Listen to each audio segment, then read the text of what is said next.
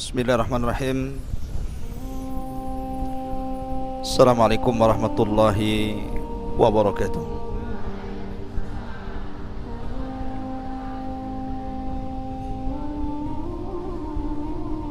Bihamdillahi wassalatu wassalamu ala rasulillah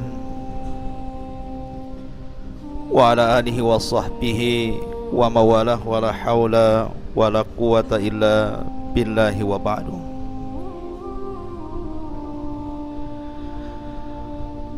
Hadirin dan hadirat, santri, ikhwan dan akhwat yang dimuliakan Allah Subhanahu wa taala. Alhamdulillah, di malam hari ini dengan izin Allah Subhanahu wa taala kita bisa duduk di malam Ahad ini, dan pembahasan di malam hari ini insyaallah kita akan membahas tentang salah satu daripada keimanan kita kepada yaumul akhir. Kita beri tema perjalanan di padang mahsyar. Ma'asyiral muslimin wal muslimat rahimani wa rahimakumullah. Pembahasan ini penting sekali karena beriman kepada hari akhir itu membawa pengaruh kepada kepribadian seorang muslim. Orang kalau yakin bahwa ada kehidupan setelah kematian dan ada balasan pada setiap perbuatan, maka insya Allah dia terlahir menjadi orang-orang yang baik. Bagaimana hal ikhwal, kondisi setelah kematian? Kita mulai dengan bercerita tentang hal ihwal hari kiamat dulu. Ma'asyiral muslimin yang dimuliakan Allah Subhanahu wa taala, beriman dengan adanya kiamat itu mencakup 5 rukun yang disebut dengan arkan yaumil qiyamah. Yang pertama, beriman dengan adanya kematian, bahwa setiap manusia itu pasti mati. Yang kaya mati, yang miskin mati, pejabat mati, rakyat pun mati. Kita lihat raja-raja yang dulu congkak-congkak pun mati. Maka kematian itu sebuah kepastian, dan kematian itu kiamat yang pasti terjadi. Rasul yang mengatakan, idza mata ahadukum qamat qiyamatuhu. Kalau meninggal salah seorang di antara kalian berarti tegak kiamat kepadanya. Ini yang pertama. Yang kedua, alam barzah, bahwa setiap manusia akan mengalami alam barzah. Alam barzah itu alam kubur, dan di alam kuburan itu ada 4 peristiwa. Pertama, himpitan kuburan. Yang kedua, fitnah kuburan. Yang ketiga, azab kubur. Ataupun yang keempat, nikmat kubur. Itu 4 peristiwa yang akan berlaku dalam kuburan. Kemudian yang ketiga, al-hasyru atau al-ba'tsu wal hasyru, kebangkitan. Kemudian manusia akan berkumpul di padang mahsyar. Semua manusia sejak zaman Adam sampai yang terakhir mati akan dibangkitkan, kemudian dikumpulkan di padang mahsyar. Kemudian yang keempat, adanya hisab. Semua manusia pasti dihisab. kecuali ada orang-orang yang memang dikecualikan lolos dari hisab. Siapa mereka? Nanti dijelaskan. Dan yang terakhir, yang kelima, adanya jaza, balasan. Imma ilal jannah, menuju sorga, wa imma ilan nar, menuju neraka. Inilah pembahasan kita 5 poin yang kita sebut dengan perjalanan padang mahsyar. Taib, ma'asyiral muslimin yang dimuliakan Allah Subhanahu wa ta'ala, di dalam Al-Quranul Karim, ketika Allah Subhanahu wa ta'ala bercerita tentang kiamat, kiamat itu sesuatu yang mengerikan, sehingga Allah Subhanahu wa ta'ala banyak memberikan nama kepada hari kiamat itu. Terkadang Allah Subhanahu wa ta'ala menyebut nama hari kiamat itu dengan Al-Qari'ah. Al-Qari'ah itu artinya suara yang bisa menghancurkan gendang telinga. Terkadang Allah Subhanahu wa ta'ala menyebutnya dengan Al-Yaumul Akhir, karena memang mengakhiri seluruh kehidupan dunia. Terkadang Allah Subhanahu wa ta'ala menyebutnya dengan Yaumul Ba'thi, hari kebangkitan, karena pada sangkakala yang kedua manusia dibangkitkan.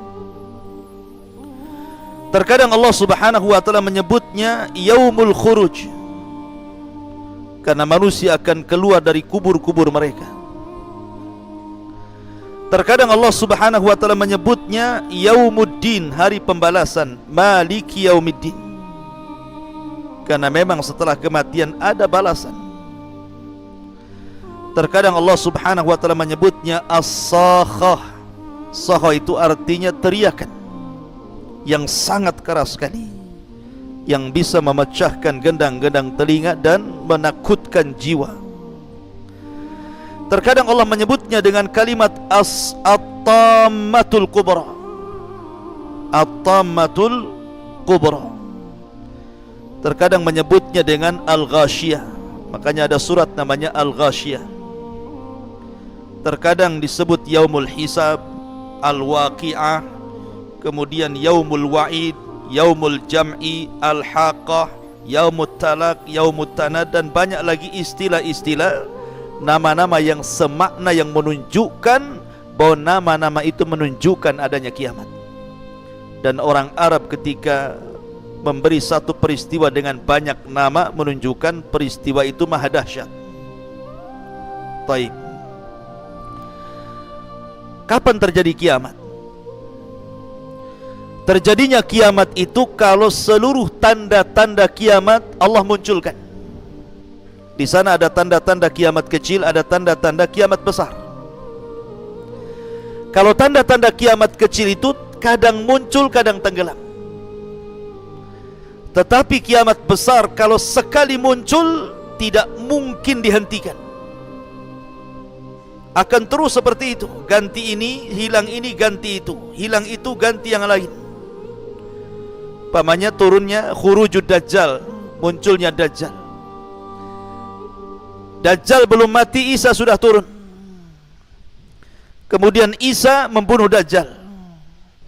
Isa belum meninggal, keluar Ya'juj dan Ma'juj. Kemudian Ya'juj dan Ma'juj dibinasakan oleh Allah Subhanahu wa ta'ala. Kemudian ketika Isa bin Maryam meninggal dunia, muncul dukhan, asap tebal di langit. Setelah dukhan, matahari terbit dari arah barat. 3 hari matahari terbit dari arah barat, tiba-tiba kemudian muncul lagi dabatun minal ar, binatang bumi yang melata yang bisa bicara. Kemudian setelah itu muncul gempa dari arah timur, dari arah barat, dari jazirah Arab, sampai kepada api yang keluar dari Adan menggiring manusia menuju Syam. Disitulah kiamat dibangkitkan. Dan kiamat dibangkitkan itu dimulai dengan suara Israfil meniup trompetnya, sangkakalanya. Ada yang mengatakan bahwa Israfil meniup sangkakala itu 3 kali. Tiupan kejutan yang pertama, tiupan kematian yang kedua, dan tiupan kebangkitan yang ketiga. Tapi pendapat yang kuat wallahu alam bahwa tiupan itu cuma 2 kali. Tiupan pertama tiupan kejutan dan kematian, tiupan kedua tiupan kebangkitan. Lah ketika Israfil meniupkan trompet itu, maka yang pertama kali meninggal adalah orang yang sedang memperbaiki tempat minum unta. Tiba-tiba pingsan kemudian mati. Kemudian disusul orang-orang yang di jalan-jalan, di pasar-pasar, di rumah-rumah. Kemudian disusul dengan bangsa jin, bahkan para malaikat. Semua akan diwafatkan Allah subhanahu wa ta'ala pada tiupan yang pertama. Lah setelah tiupan yang pertama ada namanya tiupan yang kedua, nafkhatus tsaniyah. Berapa jaraknya antara tiupan pertama ke yang kedua? Hadis Abu Hurairah radhiyallahu an mengatakan bahwa jarak tiupan pertama ke kedua itu 40. Tanpa menyebutkan 40 harikah, 40 bulankah, 40 tahunkah, wallahu a'lam. Tapi dari tiupan pertama ke tiupan kedua itulah terjadi kehancuran alam semesta, di mana Allah subhanahu wa ta'ala menggempakan bumi. Idza zulzilatil ardu zilzalaha, apabila bumi Allah gempakan. Di tengah-tengah dua tiupan itu Allah subhanahu wa ta'ala meluapkan air lautan ke daratan. Wa idzal biharu sujjirat, ketika kemudian lautan itu dinyalakan kemudian ditumpahkan ke daratan seperti tsunami. Kemudian di antara 2 tiupan itu Allah subhanahu wa ta'ala gulung langit. Allah jatuhkan bintang-bintang. Wa idzan nujumun tasharat. Kemudian Allah subhanahu wa ta'ala hancurkan gunung, bukit, lembah, sehingga alam semesta betul-betul hancur sehancur-hancurnya. Ketika itu tidak ada manusia, tidak ada jin, tidak ada malaikat. Di sini Allah subhanahu wa ta'ala berfirman, limanil mulkul yaum, limanil mulkul yaum. Kalian tahu kekuasaan ini milik siapa? Tidak ada yang jawab, karena tidak ada makhluk yang berakal yang hidup. Maka Allah jawab sendiri, lillahil wahidil qahar. Kekuasaan itu milik yang satu, yang maha perkasa, Allah subhanahu wa ta'ala. Bayangkan ikhwatu fiddin, manusia yang sekarang hidup di permukaan bumi, anggaplah 7-8 miliar satu dunia itu.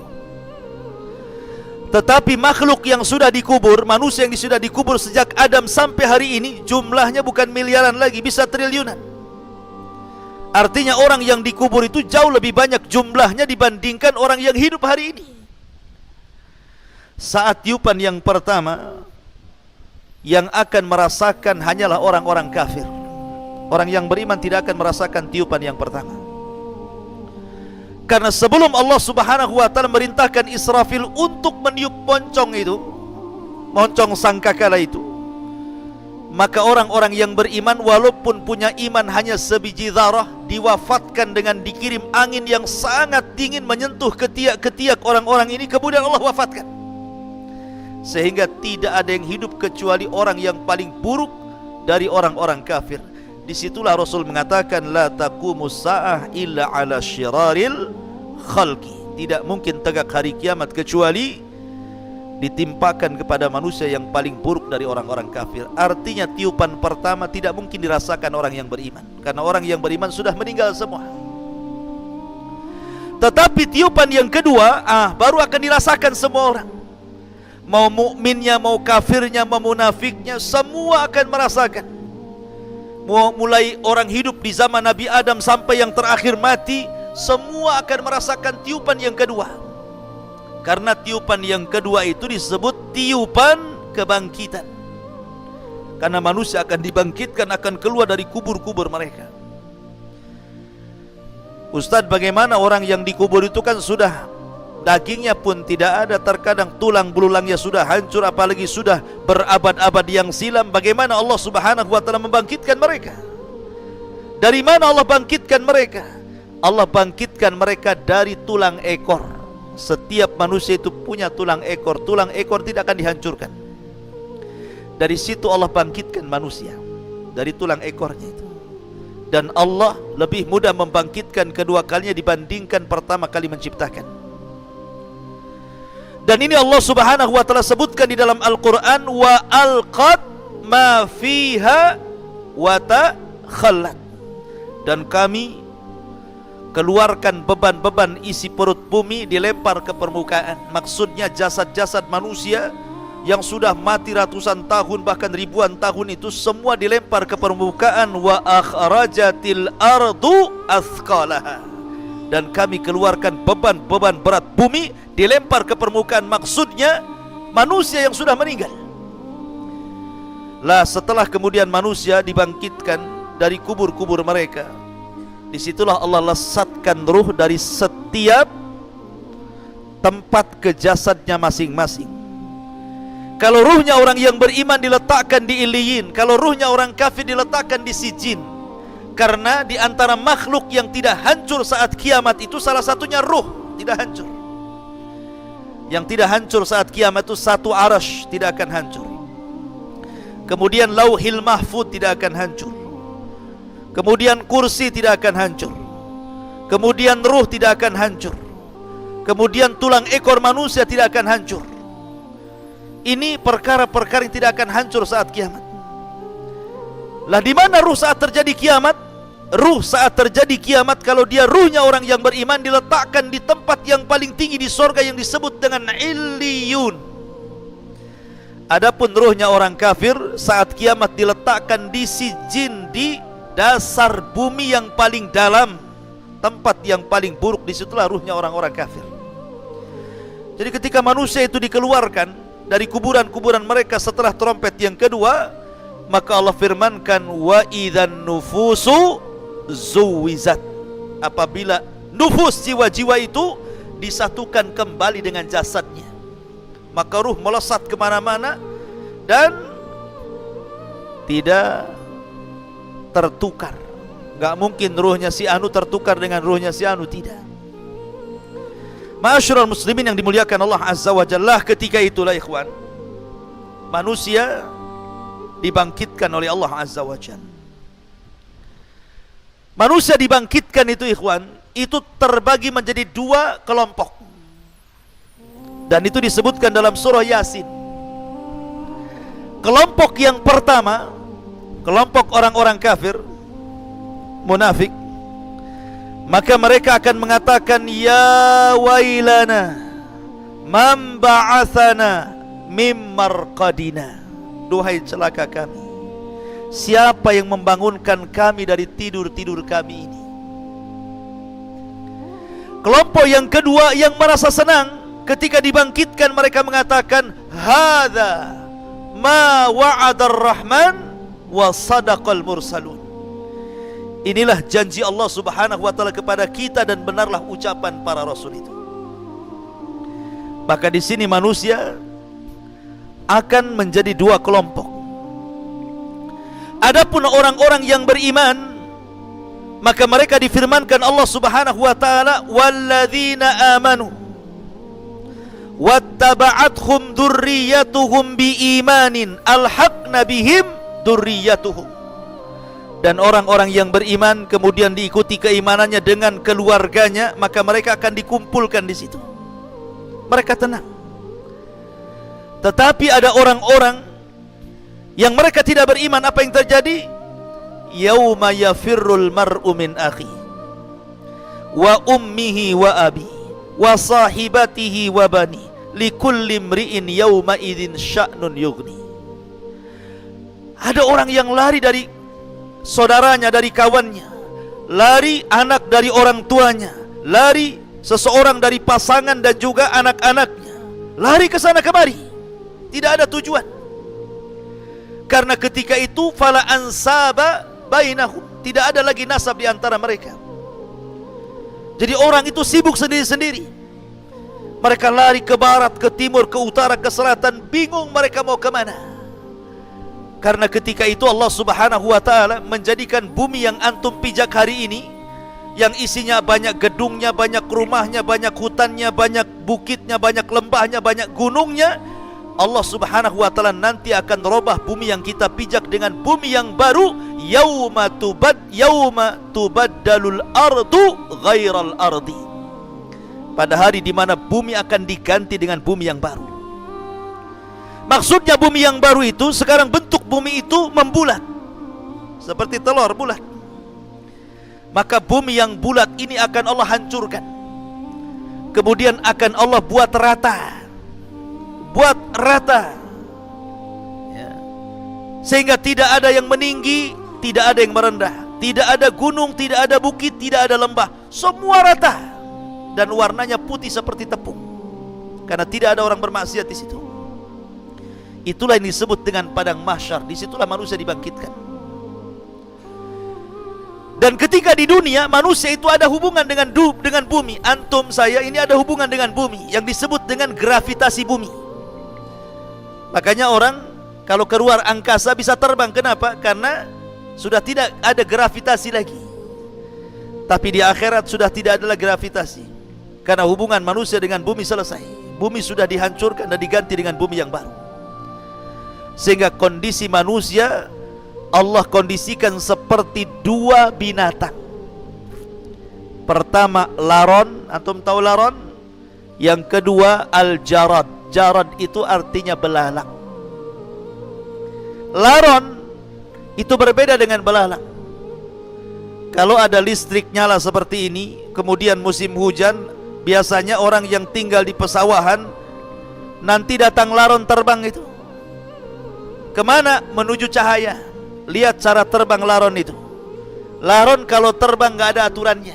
Dia tabrak kawannya, dia senggol kawannya, akhirnya putus sayapnya, besoknya udah berserak-serak di bawah. Kenapa?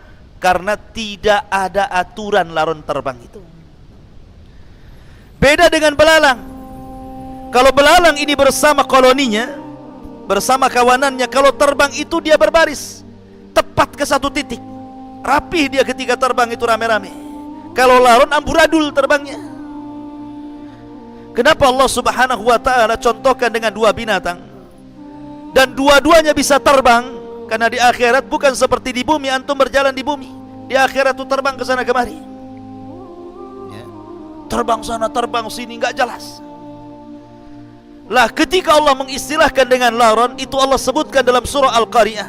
Yauma yakunun nasu kal farashil mabthus. Pada hari itu manusia seperti laron yang berhamburan. Karena ketika awal dibangkitkan, orang-orang kafir ini bingung karena tidak ada ma'lam, bumi tidak ada alamat lagi. Kalau sekarang antum ke jalan itu masih adalah petunjuk jalan, Nagoya, Jodo, mana Temiang gitu. Ya kan? Nampak tuh tanda-tandanya. Ya kan? Jelas itu ada alamatnya, RT-nya, RW-nya, lurahnya, kecamatannya gitu, semua ditulis. Tetapi di akhirat itu, di padang mahsyar, tidak ada ma'lam, tidak ada alamat, tidak ada penunjuk jalan, karena sudah tidak ada gedung, tidak ada rumah, tidak ada gunung, tidak ada hutan, semua rata, tanah rata.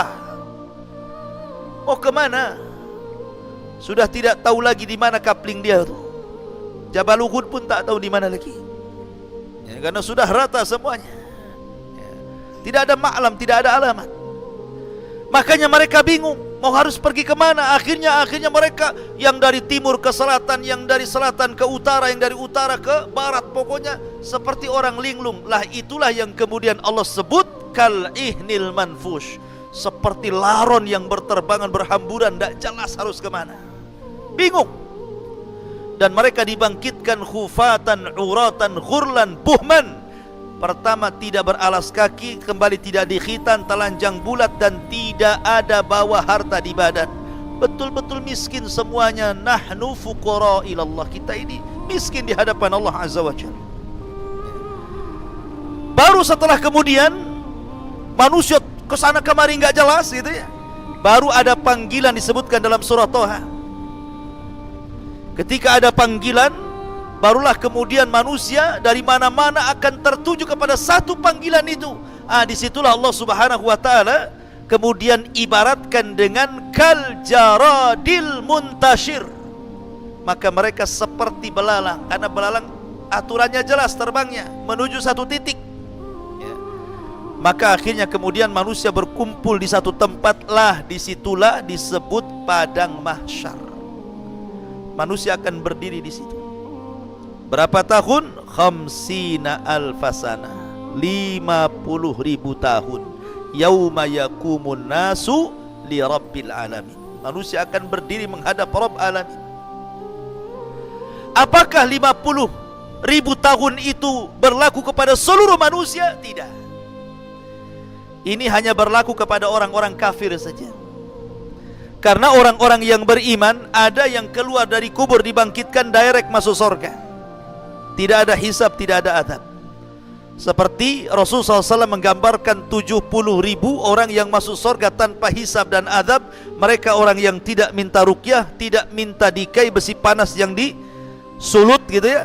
Kemudian mereka tidak tatoyur dan mereka senantiasa bertawakal kepada Allah Azza wa Jalla. Ini langsung direct masuk surga, tidak ada hisab, tidak ada adab.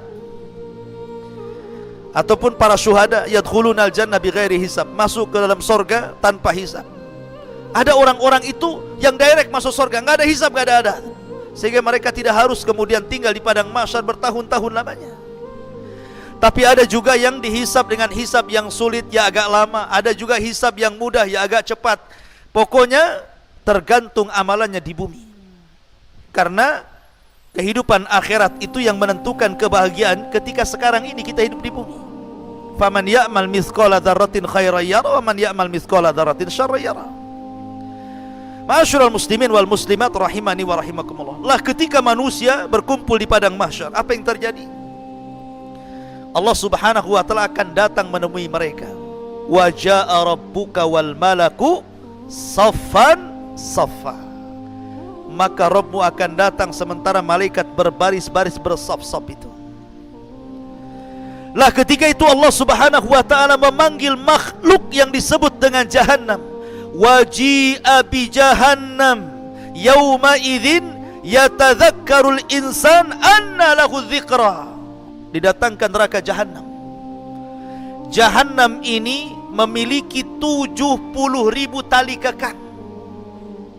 Dan setiap satu tali kekang dipegang oleh 70.000 malaikat. Anda bisa bayangkan, Jahannam ini ditarik memiliki 70.000 tali untuk nariknya itu. Sementara setiap tali itu ditarik oleh 70.000 malaikat. Besar sekali Jahannam itu ya. Kemudian ditampakkan di hadapan manusia. Ketika kemudian ditampakkan di hadapan manusia, disinilah manusia terbagi menjadi 3 kelompok. Kelompok yang pertama disebut kelompok al-muqarrabun. Kelompok muqarrabun, orang-orang yang dekat dengan Allah Subhanahu wa taala. Maka mereka langsung diangkat oleh Allah Azza wa Jalla, dijauhkan dari Jahannam, kemudian diletakkan di bawah arsy Allah Subhanahu wa taala. Kemudian kelompok yang kedua yang disebut ashabul yamin diangkat juga, dijauhkan dari Jahannam sehingga Jahannam berawal di bawahnya.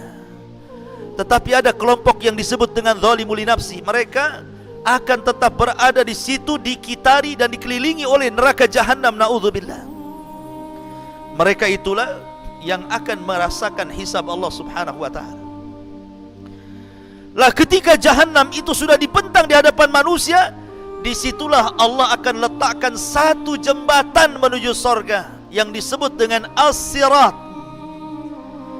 Makanya ulama akidah ketika memberikan makna sirat itu jisrun mamdudun fauqa jahannam, sebuah jembatan yang diletakkan di tengah-tengah Jahannam. Jadi kalau orang jatuh dari titian itu langsung nyemplung ke Jahannam, 70 tahun baru sampai ke dasarnya. Ma'asyiral muslimin yang dimuliakan Allah Azza wa Jalla, ketika itulah manusia akan ditanya 4 perkara. Nabi SAW bersabda, la tazulu qadama abdin hatta yus'al an arba, an umrihi fima afna, wa an shababihi fima ablah, wa an ilmihi fima amila fi, wa an malihi min aina iktasabahu wa fima anfaqahu. sebelum kaki anak Adam bergeser untuk naik ke titian itu, maka belum lagi diangkat kakinya, ditanya 4 perkara. Pertama, umur kemana kau habiskan? Kedua, masa muda kemana kau lampiaskan? Ketiga, ilmu sudahkah kau amalkan? Keempat, harta dari mana kau dapat, kemana kau belanjakan? Semua akan ditanya. Ma'asyiral muslimin yang dimuliakan Allah Azza wa Jalla, di sinilah ada proses hisab yang cukup melelahkan, cukup panjang. Di antaranya manusia akan diterbangkan catatan-catatan amalnya. Ada catatan umum, setiap para nabi punya catatan dengan kaumnya. Dan ada catatan masing-masing, semana kita ini punya catatan, sampai ada namanya hadis bitaqah. Orang membawa di hadapan Allah 99 catatan. Kata Allah, bentangkan catatanmu. Dibentangkan baru 1, rupanya kesalahannya catatannya sejauh mata memandang. Antum tahu, kalau antum masuk ke sebuah minimarket, kemudian antum belanja semua satu minimarket itu, kemudian keluar struknya, kertasnya itu, belanjanya 1, 2, 3, sejauh mata memandang. Nah, itulah amal buruknya. Ini detik ini, jam ini, hari ini saya berbuat ini. Ini detik ini, jam ini, tahun ini, semua sampai sejauh mata memandang, semua kesalahannya. Sehingga Allah mengatakan, periksa, adakah malaikat saya salah tulis? Dia mengatakan, tidak ya Rabb, semua ini betul. Kenapa? Karena nanti di akhirat itu salah satu keunggulannya, manusia akan dikembalikan hafalannya. Kalau di bumi ini, kadang-kadang apa yang antum perbuat 1 bulan, 1 tahun yang lalu sudah lupa. Kalau antum pernah gampar orang itu, kalau antum pernah ngutang orang, ngambil barang orang, udah lupa. Tapi di akhirat nanti semua diingatkan. Nggak akan ada yang tersisa dari sebuah maksiat kecuali ditampakkan. Ya. Begitulah hisab. Adapun orang-orang ketika ini catatan itu diterbangkan, kemudian Allah menyuruh untuk mengambilnya, ada orang-orang yang mengambil dengan tangan kanan, sehingga dengan bangganya dia mengatakan, ha umuqra'u kitabiyah. Oh, lihat catatanku, baca. Karena dia senang, isinya pasti kebaikan. Ha umuqra'u kitabiyah.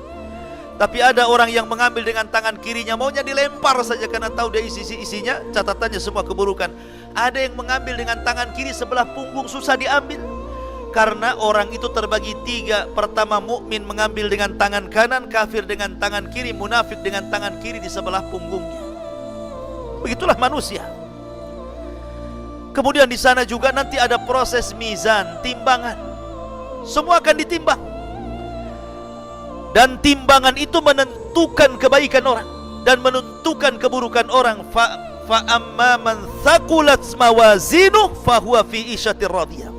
Wa amma man khaffat mawazinu fa ummuhu hawiyah wa ma adraka ma hiyah narun hamiyah. Jadi semua akan ditimbang itu. Baik badannya, baik catatannya, baik amalannya, semua akan ditimbang.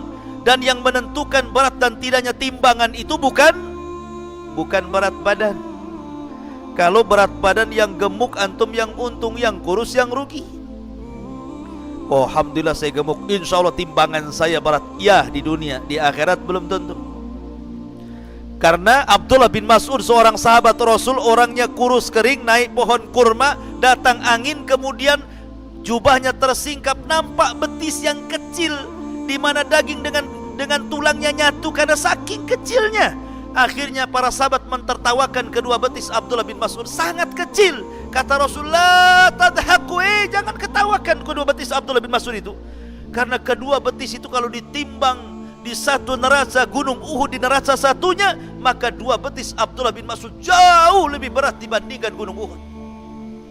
Artinya bahwa yang menjadikan berat bukan badan, tetapi amalan dan catatan. Lalu apa yang bisa memberatkan timbangan, ikhwan? Banyak. Ya, salah satunya apa? Salah satunya zikrullah. Orang yang senantiasa berzikir itu, ikhwan, itu bisa memberatkan timbangan. Rasul mengatakan apa? Kalimatani khafifatani thaqilatani fil mizani habibatani ala rahmani subhanallah wa bihamdihi subhanallahil azim. 2 kalimat kata Rasul, ringan di lisan, berat dalam timbangan, dicintai Ar-Rahman. Subhanallah wa bihamdihi subhanallahil azim. Sampai ada satu cerita, ada seorang kakek di Saudi sana. Kakek sudah tua renta, namanya kakek kan tua, kalau muda tidak disebut kakek lah. Jadi seorang kakek ini habis sholat, kakek orang awam tapi rajin sholat. Ketika habis sholat, dia datang kepada seorang imam yang mengimami sholat dan mengatakan, "Ya imam, ajarkan kepadaku satu hadis Nabi yang bisa ku amalkan dan ku dakwahkan." Imamnya terperanjat, kok tumben-tumben ada jamaah sholat tanya soal agama. Akhirnya imam pun menjawab dengan hafalannya. Dia teringat dengan hadis tadi. Oh iya, aku teringat Nabi SAW bersabda, kalimatani, dua kalimat, khafifatani, keduanya ringan, thaqilatani fil mizani, tapi berat dalam timbangan, habibatani ala rahman, dicintai ar-Rahman Allah. Subhanallah wa bihamdihi subhanallahil azim. Wah, senang kakek ini dapat hadis ini. Pulang dia dari masjid, ketemu orang di jalan. Hei sini, saya akan bacakan sabda Nabi. Ina doktur, di mana dokter? Kenapa? Karena hanya dia yang belum dibacakan hadis ini. Ketika siuman, aina doktur, di mana dokter? Katanya. Keluarganya senang, panggil dokter. Dokter, kakek saya siuman. Dokternya datang, dipegang tangannya. Ya dokter, Nabi bersabda, kalimatani khafifatani ala lisani, thaqilatani fil mizani, habibatani ala rahmani, subhanallah wa bihamdihi subhanallahil azim. Ketika dia mengucapkan subhanallah wa bihamdihi subhanallahil azim sambil memegang tangan dokter, hilang nyawanya, meninggal dunia di atas kalimat subhanallah wa bihamdihi subhanallahil azim. Berat timbangan. Maka zikir kepada Allah pemberat timbangan. Yang kedua, husnul khuluq. Ma min syai'in athqal fil mizan min husnil khuluq. Tidak ada sesuatu yang bisa memberatkan timbangan melebihi baiknya akhlak. Dan akhlak itu tercermin dari anggota badan. Nih, kalau antum dikatakan berakhlak, maka 3 anggota badan ini menunjukkan akhlak antum. 1 dari leher ke atas disebut kepala. Kepala ada mata, kepala ada telinga, kepala ada hidung, kepala ada lisan, kepala ada otak. Kalau semuanya baik, berakhlak antum kepalanya ya. Matanya memandang, tidak pernah melotot, dan dia pandang dengan pandangan yang halal. Kemudian bibirnya tersenyum, setelah memandang tersenyum, maka senyumnya menjadikan sedekah. Tabassumuka li akhika sadaqah. Senyum kamu kepada saudaramu sedekah, maka jangan bakhil senyum. Sulaiman saja melihat ada rombongan semut, kemudian ketuanya rombongan semut mengatakan kepada semut, ya ayyuhan namla udkhulu masakinakum la yakhtimannakum Sulaiman wa junuduhu wa hum la yash'urun. Kata ketua semut, hei semut-semut anak buahku, cepat masuk rumah-rumah kalian. Sulaiman tentaranya sudah akan datang. Kalau mereka menginjak, kalian akan mati. Dan mereka tidak sadar sedang menginjak kalian. Ucapan kepala semut didengar Sulaiman. Fatabassama dhahika min qawliha. Maka Sulaiman pun tersenyum, kemudian tertawa karena ucapan semut. Dia pandang semut, dia senyum ke semut. Tapi jangan antum senyum ke semut. Ada semut senyum ngapain? Ini mencontohkan Nabi Sulaiman katanya. Maksudnya begini, jangan mudah atau jangan susah untuk melempar senyum. Karena biasanya kalau orang jarang senyum, sekali senyum dipertanyakan, ngapain kok senyum orang itu? Ada apa kok tiba-tiba senyum, gila ya katanya. Karena jarang senyum, sekali senyum dipertanyakan senyumnya tuh. Jadi senyum itu bagian daripada akhlak. Habis memandang tidak melotot, habis tersenyum manis senyumnya, baru mengeluarkan untayan kata-kata yang indah, yang mutiara, yang santun. Rasul mengatakan, man kana yu'minu billahi wal yaumil akhir falyaqul khairan aw liyasmut. Itu akhlak namanya. Tidak memandang kecuali yang baik, tidak mencium kecuali yang halal, tidak berpikiran otaknya yang negatif, semua positif, tidak suudon sama orang. Berarti kepala kita berakhlak. Kemudian tangan mudah membantu, ada saudaranya bantu, ada saudaranya diangkat, memberi. Itulah tangan, akhlaknya tangan.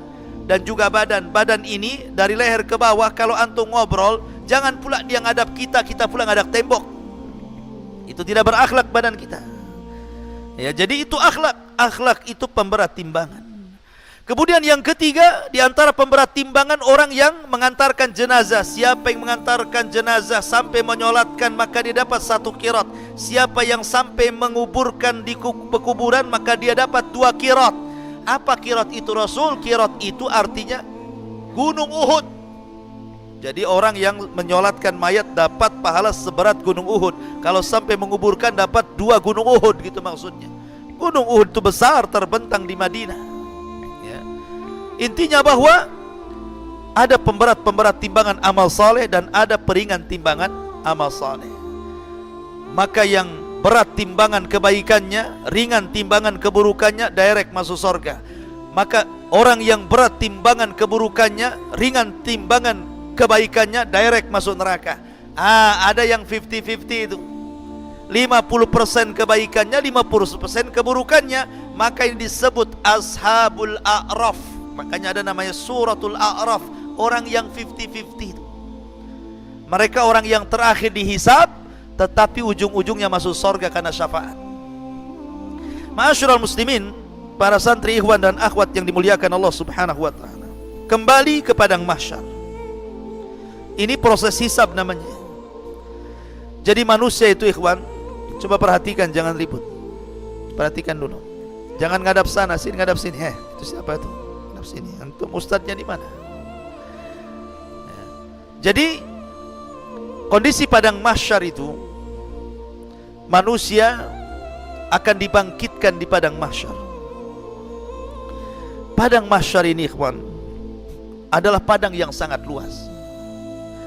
Ketika manusia berdiri di padang mahsyar, apa yang terjadi? Matahari dan bulan itu yang disatukan oleh Allah akan diletakkan di atas kepala. Makanya saat kiamat yang tidak jatuh itu cuma matahari dan bulan. Semua bintang dan planet berjatuhan dan bertubrukan, dihancurkan, kecuali matahari dan bulan. Karena Allah mengatakan wajumi asyamsu wal qamar. Maka Allah akan kumpulkan matahari dan bulan jadi satu. Tidak dihancurkan. Karena akan dibawa kepada padang mahsyar dan akan diletakkan 1 mil di atas kepala. Disitulah keringat bercucuran. Saking banyaknya keringat, ada yang tenggelam 1 betis, ada yang tenggelam 1 pusar, ada yang tenggelam 1 dada, ada yang hampir tenggelam dengan kepala-kepalanya. Saking panasnya keringat terus bercucuran. Dan kondisi mereka tidak bisa duduk, tidak bisa baring. Mereka hanya bisa berdiri saja, tidak ada makanan, tidak ada minuman. Ketika itulah mereka bingung harus apa yang mereka lakukan. Sehingga mereka kemudian bertanya kepada orang-orang berakal di antara mereka. Setiap kaumnya, setiap zamannya, setiap masanya, berkumpullah orang-orang yang berakal itu. Kemudian mereka mengatakan, kenapa kita tidak datang kepada Nuh alaihi salatu wassalam? Cobalah kita minta syafaat. Rupanya mereka datang ke Nuh dan mengatakan, Nuh, awalnya kepada Nabi Adam dulu. Cobalah kita datang kepada Nabi Adam. Dia kan bapak kita, boleh jadi dia bisa menolong kita. Akhirnya datang dulu pertama kali ke Nabi Adam, mengatakan, ya Adam, engkau bapak kami. Allah ciptakan dengan kedua tangannya, Allah tiupkan rohnya langsung kepadamu. Malaikat sujud semua kepadamu. Tolonglah, lihat kami. Kami ini sudah kepanasan, lelah, letih. Minta kepada Allah agar engkau perantara syafaat bagi kami. Tapi Adam mengatakan, tidak bisa, aku pernah berbuat salah. Gara-gara makan buah larangan aku diusir dari sorga. Kau pergi kalian ke Nuh sana. Boleh jadi Nuh bisa menolong kalian. Nafsi-nafsi, kata Adam, urus diri kalian, urus diri kalian. Datanglah ke Nuh. Nuh, kamu ini Rasul yang pertama. Nuh, kamu ini Rasul yang pertama. Tolonglah, lihat kondisi kami. Ala tara ila ma nahnu fihi. Ud'u ila rabbik. Tidakkah kau iba melihat kondisi kami? Berdoalah kepada Rabbmu ya Nuh, agar memberikan syafaatnya kepada kami. Tapi Nuh mengatakan, tidak, aku tidak bisa, karena aku pernah berdoa kehancuran kepada kaumku. Rabbi la tadhar alal ardi minal kafirina dayara. Nuh pernah mengatakan, ya Rabb, jangan kau sisakan satu jiwa orang kafir kecuali kau binasakan. Sebaiknya kau datang ke Ibrahim sana. Datang manusia ke Ibrahim alaihi salatu wassalam, abul anbiya. Ya Ibrahim, lihat kondisi kami. Berdoalah kepada Allah agar Allah memberikan syafaat kepada kami. Kata Ibrahim, aku tidak bisa, karena aku pernah berdusta 3 kali dusta. Pertama saat hijrah dengan Sarah ke Mesir, dia katakan kepada Sarah, hei Sarah, jangan katakan kepada para prajurit raja, kalau kau istriku, katakan kau saudariku. Ini bohong yang pertama. Bohong yang kedua, ketika menghancurkan patung-patungnya, kemudian diletakkan di palunya di patung yang besar, ditanya Namrud, engkau yang melakukan ini wahai Ibrahim? Kata Ibrahim, enggak, yang melakukan itu yang paling besar. Bohong yang kedua. Bohong yang ketiga, Ibrahim diajak pesta oleh ayahnya ke pesta Namrud, tapi Ibrahim tidak mau, sehingga dia mengatakan, ini sakim, aku lagi sakit, padahal tidak sakit. Maka itu bohong ketiga. Aku pernah bohong 3 kali. Sebaiknya kau datang kepada Musa. Datanglah manusia ke Musa, ya Musa, tolonglah kami, berdoalah kepada Rabbmu. Tidakkah kau melihat, tidak kau iba, macam-macam. Kata Musa, aku tidak bisa, karena aku pernah membunuh masalahnya, walaupun tanpa sengaja. Ketika ada 2 orang anak muda, satu dari Bani Israel, satu dari kaum Fir'aun berkelahi. Kemudian anak muda dari Bani Israel mengatakan, ya Musa, ungsurni, tolong aku. Maka Musa pun menolong anak muda Bani Israel. Diserang sama kaum Kipti, ditangkis sama Musa. Tangkisannya membuat orang itu mati. Baru nangkis sudah mati, bagaimana kalau nyerang tuh? Ya kan? Artinya Musa membunuh tidak sengaja. Aku tidak bisa pernah membunuh orang. Lebih baik datang kepada Isa. Datang semua kepada Isa. Isa tidak menyebutkan alasannya, tapi Isa mengatakan, sudah datanglah kepada Muhammad sallallahu alaihi wasallam. Datang mereka kepada Rasul sallallahu alaihi wasallam. Kata Rasul, analah, kan ku coba. Maka Rasul akhirnya mencoba menghadap Allah, sujud di bawah arsy, lama sujudnya. Akhirnya Allah mengatakan, ya Muhammad, irfa' ra'sak, angkat kepalamu, qul tusma, sal tu'ta, ishfa' tu syafa', katakan kau didengar, minta kau diberi, mintalah syafaat, ku beri kau syafaat. Dari situlah Rasul satu-satunya Nabi yang memberikan syafaatul udma di padang mahsyar. Ya. Ma'asyiral muslimin yang dimuliakan Allah Azza wa Jalla. Maka ketika itu manusia akan dikelompokkan dengan sesembahannya masing-masing. Yang nyembah akar akan dikelompokkan dengan para penyembah akar. Yang nyembah ular kubra akan dikumpulkan dengan para penyembah ular kubra. Yang nyembah gajah juga sama. Yang nyembah berhala sama. Yang nyembah lembah juga sama. Dikumpulkan bersama sesembahannya. Dan ketika itu sesembahan yang merasa bisa menolong di dunia, Allah katakan, ini sesembahan kalian, mintalah tolong kalian kepada sesembahan kalian. Tidak bisa sesembahan itu menolong, karena mereka tidak mendatangkan manfaat, juga tidak bisa mencegah madarat. Ketika itulah mengatakan, wasiqal ladzina kafaru ila jahannama zumara. Allah giring orang-orang kafir masuk ke neraka jahanam. Sehingga ketika sudah tidak ada orang kafir lagi di padang mahsyar, karena orang kafir tidak sempat masuk ke titian, mereka sudah masuk ke neraka semua. Tinggal ada 2 kelompok, mukmin dan munafik. Disitulah mereka diuji untuk menyeberang sirat titian itu. Maka seorang mukmin, Rasul yang pertama kali nyeberang, kemudian nunggu di ujung. Setiap ada umatnya lewat, Rasul berdoa, Allahumma salim salim, ya Allah selamatkan umatku, selamatkan umatku. Ma'asyiral muslimin yang dimuliakan, sehingga ada yang menyeberang dengan cepat seperti kilat, tahu-tahu sudah di ujung. Ada yang seperti naik kuda balap, ada yang seperti pelari, ada yang seperti berjalan, ada yang merangkak-rangkak, macam-macam. Ada yang baru nyeberang kemudian nyemplung. Macam-macam orang. Dan orang munafik, mereka hendak mengelabui orang yang beriman, karena setiap diberikan cahaya, hilang cahayanya. Nunggu cahaya orang yang beriman jalan. Naktabis min nurikum, tunggulah aku ikut cahayamu. Kata orang yang beriman, kau bisa menipu aku di dunia, kau tidak bisa menipuku di akhirat. Cari cahayamu di belakang, katanya. Akhirnya orang munafik ke belakang, rupanya dilihat cahaya, zahirnya rupanya azab di belakangnya, naudzubillah. Ya, zahirnya rahmat, tetapi belakangnya min kibalihil azab. Ya, itulah orang-orang munafik. Tapi sebelumnya di padang mahsyar itu, setiap para nabi diberikan telaga. Dan Nabi SAW, telaga yang diberikan adalah telaga yang terpancar dari Al-Kautsar, telaga yang di sorga. Telaga Rasul paling luas sendiri di padang mahsyar itu, di mana gelasnya sejumlah bintang yang ada di langit. Jangan takut gak dapat gelas. Setiap yang minum tidak akan haus selamanya walaupun satu teguk. Lebih putih dibandingkan susu, lebih manis dibandingkan madu. Sekali teguk tidak akan haus selamanya. Dan jumlah gelasnya sejumlah bintang yang ada di langitan. Maka setiap yang masuk di situ, yang pertama kali masuk meminum dari telaga siapa? Orang Yaman, orang-orang Ansor. Mereka yang pertama kali minum. Kemudian disusul dengan Muhajirin, kemudian disusul dengan yang lainnya, sampai yang terakhir ada satu kelompok mau minum, tiba-tiba diusir. Kau jangan minum di sini. Maka Nabi melihat ada umat yang diusir, tidak tega dan mengatakan, ya Rabbi ummati ummati, ya Rabb, itu kan umatku, biarlah mereka minum dari telagaku. Tapi Allah mengatakan, ya Muhammad, innaka la tadri ma ahdatsu ba'daka, innahum ghayyaru wa baddalu.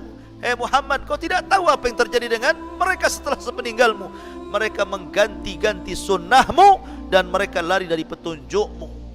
Makanya kata para ulama, orang yang tidak akan minum dari telaga, pertama orang murtad, gak akan minum dari telaga Rasul. Yang kedua, orang munafik tidak akan minum dari telaga Rasul. Yang ketiga, orang yang menyimpang dari sunnah Rasul, ahlul bid'ah wal ahwa. Kemudian yang tidak akan minum, orang yang gemar melakukan dosa besar. Mereka tidak akan minum dari telaga Nabi SAW. Ya. Ma'asyiral muslimin yang dimuliakan Allah Azza wa Jalla. Kembali ke titian. Maka Anas bin Malik radhiyallahu an suatu ketika pernah bertanya kepada Rasul. Kata Anas bin Malik, Rasul, aku ingin mendapatkan syafaat pada hari kiamat. Dan Anas bin Malik itu 10 tahun menjadi pembantu Rasul sampai Rasul meninggal. Dari usia 10 tahun sampai usia 20 tahun bersama Nabi, sampai Rasul meninggal. Sehingga Rasul sayang dengan Anas bin Malik karena pembantunya. Kata Anas, ya Rasul, aku minta syafaat pada hari kiamat. Kata Rasul, af'al, siap, saya lakukan wahai Anas. Kata Anas bin Malik radhiyallahu anhu, ya Rasulullah, kalau seandainya saya sudah berada di padang mahsyar dan ingin mencari syafaat darimu, aina ajiduka yaumal qiyamah, di mana ku dapati kau pada hari kiamat? Maka kata Nabi SAW, ya Anas, tajiduni indal haud, datangi aku di telaga.